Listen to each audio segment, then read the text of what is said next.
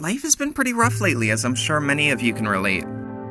Entering what is now the third calendar year of a pandemic that seemingly has no breaks, with rising inflation and stagnating wages, I think it's fair to say we've all fought before. I've never really liked the rat race. I wish I could just disappear. Live off the land somewhere, independent from modern society. So what happens when someone, by whatever means necessary, does just that? Such was the life of David Earl Lidstone, better known as River Dave.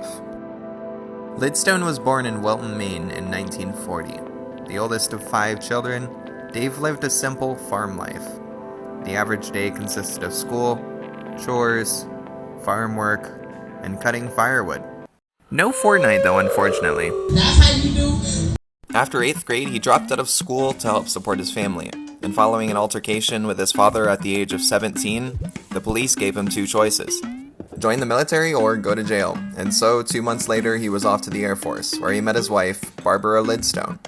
After finishing his enlistment, or punishment rather, they moved around for years, with Dave picking up logging jobs here and there before eventually settling down with his family in Merrimack County, New Hampshire.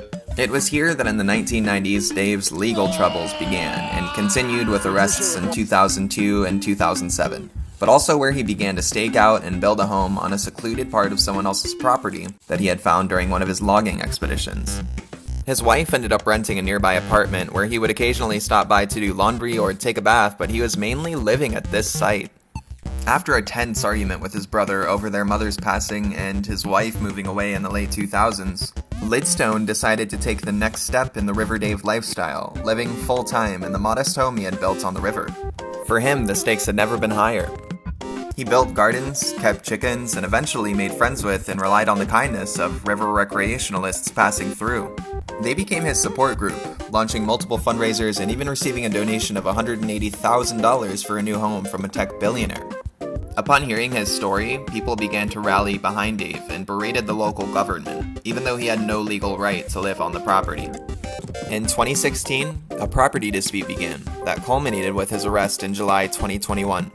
On August 6, 2021, he defended himself in court, and that very night, his house mysteriously burned down. The very next day, he was released from custody.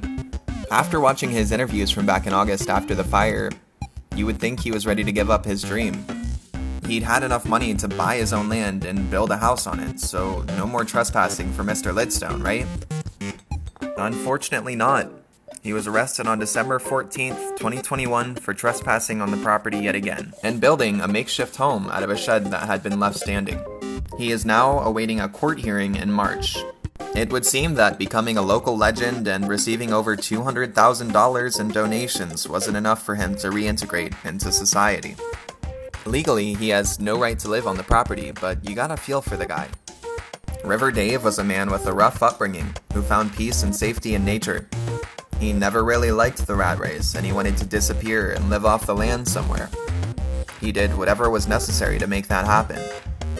I think we can all see a little of River Dave in ourselves, and that reflects more deeply on where we are as a society than anything else.